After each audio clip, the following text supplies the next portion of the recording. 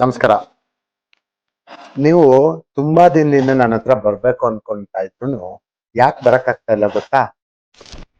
ಅದಕ್ಕೊಂದು live experience ಒಂದು ನಿಮ್ಗೆ ಇವತ್ತು ಕೊಡ್ತೀನಿ ನೋಡಿ. ಬೆಂಗಳೂರಿಂದ ನಮ್ಮೂರಿಗೆ ಬರ್ಬೇಕು ಅಂದ್ರೆ ಬೆಂಗಳೂರಿಂದ ಯಲಹಂಕ, ದೇವನಹಳ್ಳಿ, ಚಿಕ್ಕಬಳ್ಳಾಪುರ, ಪೆರೇಸಂದ್ರ. ನಮ್ದು ಪೆರೇಸಂದ್ರದ ಹತ್ರ ಬುಷಟ್ಹಳ್ಳಿ ಅಂತ ಹೈವೇ ಅಲ್ಲೇ ನಮ್ದು ಹೈವೇ ಪಕ್ಕದಲ್ಲಿ ದೇವಸ್ಥಾನ ಇದೆ.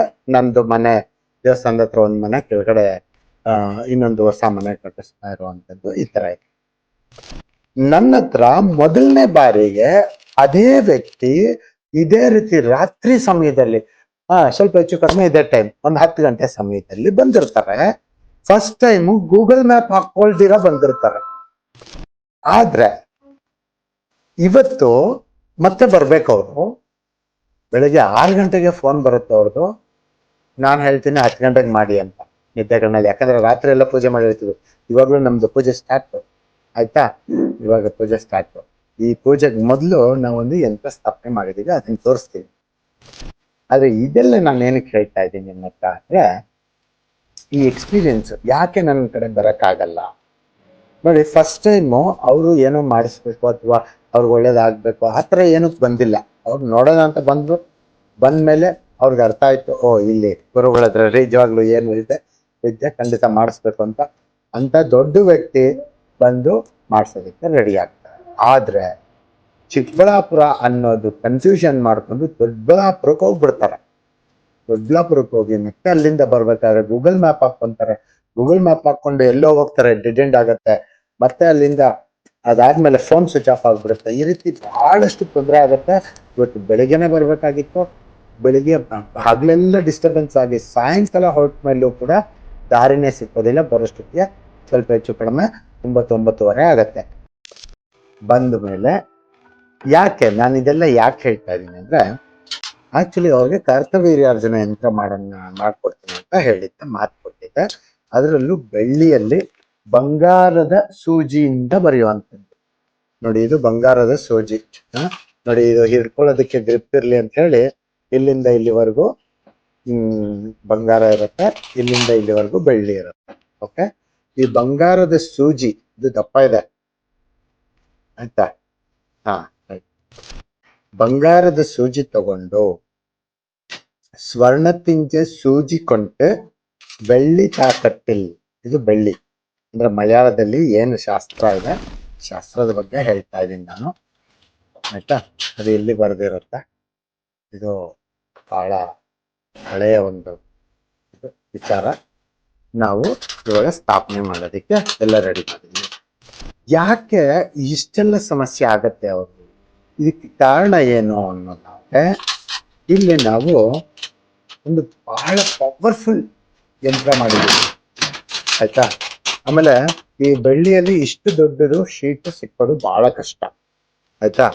ಅವರು ಯಾವ್ದೋ ದೇವಸ್ಥಾನಕ್ಕೆ ದೈವ ಕಾರ್ಯಕ್ಕೆ ಅಂತ ತಂದಿಟ್ಟಿರೋದ್ರಲ್ಲಿ ಮಿಕ್ಕಿರೋದು ಬಂದ್ಕೊಟ್ಟಿದ್ದಾರೆ. ಸೊ ಅದರಲ್ಲಿ ನಾವು ತಯಾರು ಮಾಡಿದೀವಿ. ಆಮೇಲೆ ಇದನ್ನ ನೋಡಿ, ನಾನು ಎಷ್ಟೋ ಸರಿ ನಿಮ್ಗಳಿಗೆ ತಾಮ್ರದ್ದು ತೋರಿಸಿದ್ದೀನಿ, ಆದ್ರೆ ಇವತ್ತು ಡೈರೆಕ್ಟ್ ಬೆಳ್ಳಿ ತೋರಿಸ್ತಾ ಇದ್ದೀನಿ.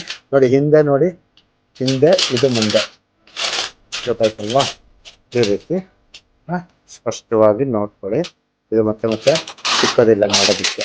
ಅದಕ್ಕೇನೆ ನಾನು ಇದನ್ನ ಒಂದ್ಸರಿ ವಿಡಿಯೋ ಮಾಡ್ಬಿಡೋಣ, ಯಾಕಂದ್ರೆ ಇವತ್ತಿರೋ ಬೆಳ್ಳಿ ರೇಟ್ಗೆ ಬಹಳ ಕಷ್ಟ. ಆಮೇಲೆ ಬಂಗಾರದಲ್ಲಿ ಕೂಡ ಮಾಡ್ತೀನಿ, ಅದು ಒಂದಿನ ತೋರಿಸ್ತೀನಿ ನಿಮ್ಗೆ. ಬಂಗಾರ ಅಂದ್ರೆ ಬಂಗಾರ ಅಷ್ಟೇ, ಪ್ಯೂರ್ ಬಂಗಾರ, ಒಂಚೂರು ಮಿಕ್ಸ್ ಇರಲ್ಲ.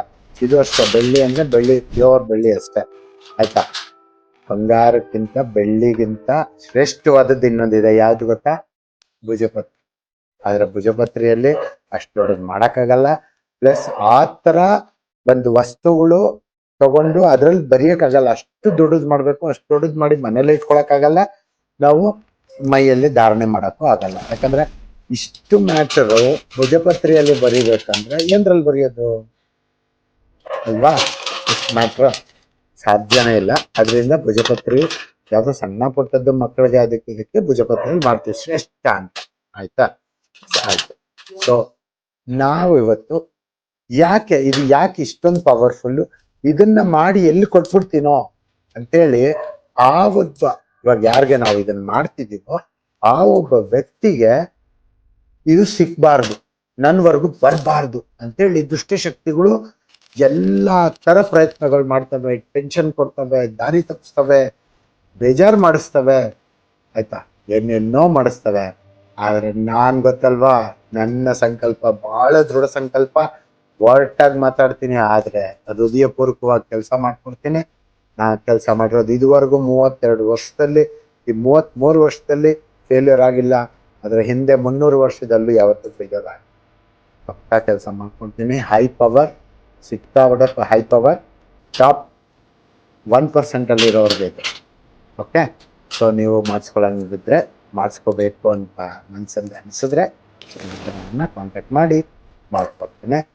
ಇದು ಏನು ಗುರುಗಳೇ ಅಂತ ನೀವು ಕೇಳೋದಾದ್ರೆ, ಖಂಡಿತ ಇದರಲ್ಲಿ ಶತ್ರುಗಳಿಗೆ ಸಂಬಂಧಪಟ್ಟಿದ್ದು, ರಕ್ಷಣೆಗೆ ಸಂಬಂಧಪಟ್ಟಿದ್ದು, ಮತ್ತೆ ಆಕರ್ಷಣೆಗೆ ಸಂಬಂಧಪಟ್ಟಿದ್ದು, ವಶೀಕರಣಕ್ಕೆ ಸಂಬಂಧಪಟ್ಟಿದ್ದು, ಆ ರೀತಿ ಹಲವಾರು ವಿಚಾರಗಳು ಇದರಲ್ಲಿ ಸ್ಥಾಪನೆ ಮಾಡಿದ್ದೀನಿ. ಇದರ ಹೆಸರು ಹೇಳೋಂಗಿಲ್ಲ, ಯಾಕಂದ್ರೆ ನಾವಿದು ಮಾಡಿರೋದು ಲೈವ್ ಆಗಿ ಅವ್ರಿಗೆ ಕೆಲಸ ಮಾಡ್ಬೇಕಂದ್ರೆ ಫೋಟೋ ತೆಗಿಯಂಗಿಲ್ಲ. ಅದರಿಂದ ನಾನು ಫೋಟೋ ತೆಗೆದಿಲ್ಲ. ಫೋಟೋ ತೆಗೆದ್ರೆ ಏನಾಗುತ್ತೆ, ಅಲ್ಲಿರೋದು ಎನರ್ಜಿ ಎಲ್ಲ ಕ್ಯಾಪ್ಚರ್ ಮಾಡ್ದಂಗೆ ಆಗುತ್ತೆ. ಅದೇ ವಿಡಿಯೋ ಆದ್ರೆ ನಾನಿದ್ದೀನಿ, ಇನ್ನೂ ಅದಕ್ಕೆ ಪ್ರಾಣ ಪ್ರತಿಷ್ಠೆ ಆಗಿಲ್ಲ, ಪೂಜೆ ಆಗಿಲ್ಲ, ಹಂಗಾಗಿ ಜಸ್ಟ್ ತೋರಿಸ್ದೆ ಅಷ್ಟೇ. ಎಲ್ಲ ಮಾಡಿರೋದು ಖಂಡಿತ ನಾನು ತೋರಿಸೋದಿಲ್ಲ. ಓಕೆ, ನಮಸ್ಕಾರ.